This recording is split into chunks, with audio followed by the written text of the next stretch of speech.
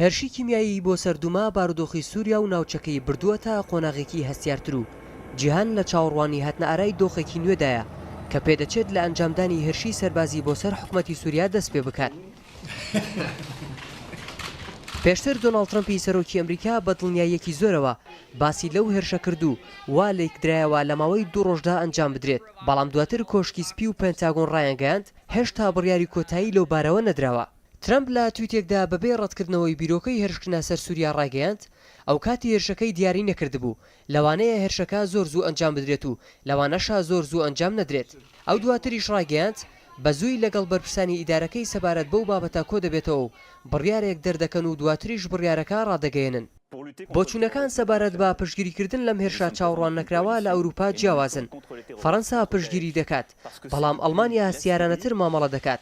ئەنگێلا مێرکڵ ڕاوێژکاری ئەڵمانیا لەگەڵ ئەوەدا داوا دەکات سووریا لەوە تێبگەیەندرێت کە بەکاربردنی چەکی کیمیایی قبول نەکراوە، بەڵام ڕاشی گەیاند بەشداری لەو هێرشە چاوەڕوان نەکراوەدا ناکەن.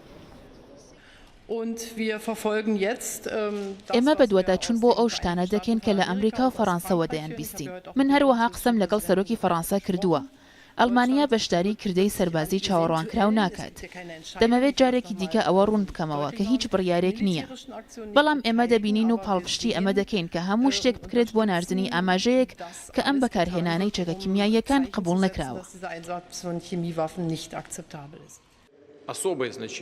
رووسیا لەسەر هەڵوێستی خۆی بۆ ڕەتکردنەوەی هەر جۆرە هێرشێکی سەربازی بۆ سەر حکومەتی سووریا بەردەوامە. گوتەبێژی وەزارەتی دەرەوەی رووسیا هۆشداری دایە ئەمریکا و وڵاتانی ڕۆژاوە کە بیر لە ئەنجامەکانی هێرشی سەربازی بۆ سەر سووریا بکەنەوە.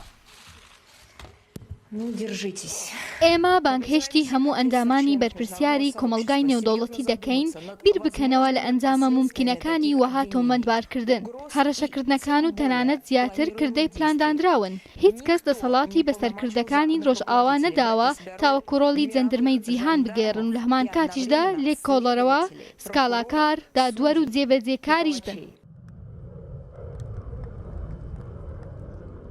ئەمریکا پێشتریش بەگرتنە ئامانجی بنکەی سەربازی هێزە ئاسمانیەکانی سووریا لە شوعیرات حکومەتی بەشار ئەسەدی بەرامبەر بە بەکاربردنی گازی کیمیاوی لە خانشەی خۆن سزادا، بەڵام هاوکێشەکان زۆر نەگۆڕدران و تەنانەت دواتر بە پاڵپشتی رووسیا هاوسەنگی هێزی بەلای سووریادا شکایەوە.